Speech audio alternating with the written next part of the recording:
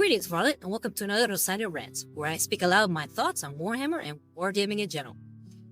Warhammer 40k is chock full of themes throughout its narrative. War, bravery, corruption, mortality, madness, despair, you name it.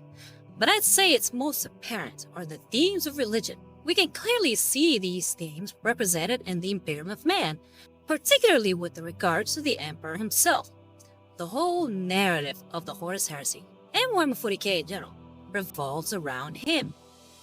I mean, yes, we have the four Chaos Gods of Chords, Tzeentch, Nurgle, and Slaanesh, but in essence, the Emperor is the main god of the setting.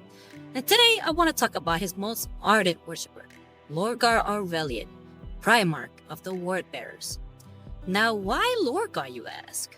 Well, I believe that whether intended or not, Lorgar is a wonderfully written character, truly compelling, and worthy of analysis. You see, Lorgar is written as a man searching for divine truth, for something greater than himself, for something truly worthy of worship. His entire life, he'd been presented with all these different gods by the people of Colchis, his home planet, especially his adopted father Carfarum. But he inherently knew something wasn't quite right. None of these gods they presented him with had that true spark of divinity. None of these were a god truly worthy of worship. At the same time, Lorgar is being plagued by visions of a man in golden armor. He is the son of the Emperor after all, and is able to see visions of the future. Visions he now interprets as prophecy, and thus begins to correlate this visage with his search of the one true God. His search and these visions finally coalesce when confronted by the Emperor himself. And seeing his prophecies come true, Lorgar believes his search is over, that he has finally found the one true God. And in that very moment, we see the first steps towards his downfall. Yes, you heard that right, downfall. Lorgar is the very definition of the phrase, never meet your heroes. I truly believe that it was his meeting with the Emperor that started him down his road to damnation, not before.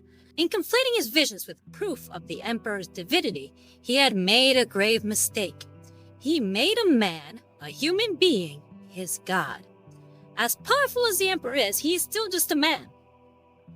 Deceit, envy, arrogance, hubris, and all in all, fallibility are things we humans are plagued with. We are flawed creatures, and the Emperor is no different.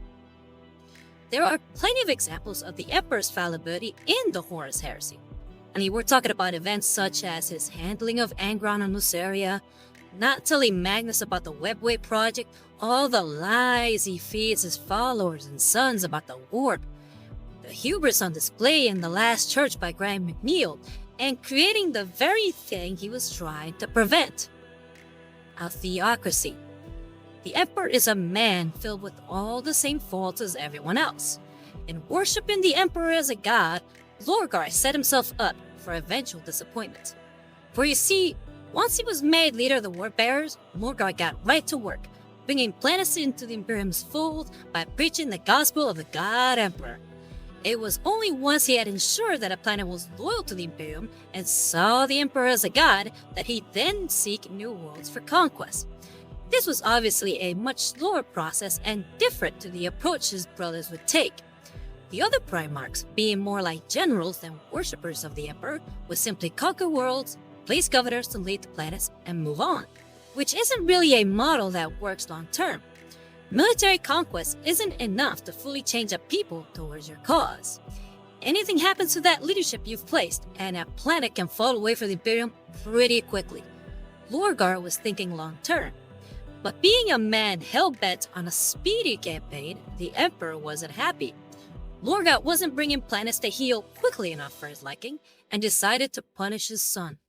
See, knowing of the Wordbearers had great affection for a planet called Kur, the Emperor had its capital city of Monarchia destroyed, and to rub further salt on the wound, the Emperor forced Lorgar and his sons to kneel upon the ashes. Lorgar was obviously devastated. The pedestal he had placed the Emperor on had crumbled, and Lorgar became embittered. His bitterness then allowed him to be easily swayed by the Aegis of Chaos, primarily Corferon and Erebus, and turning him towards the Chaos Gods and becoming one of their Chaos Champions. I believe that with the story of Lorgar's downfall, GW inadvertently created the perfect cautionary tale of what happens when we worship the wrong god. Seeking something greater than yourself is a laudable goal, but we should be careful what we make our god, because like it or not, all humans long to worship something.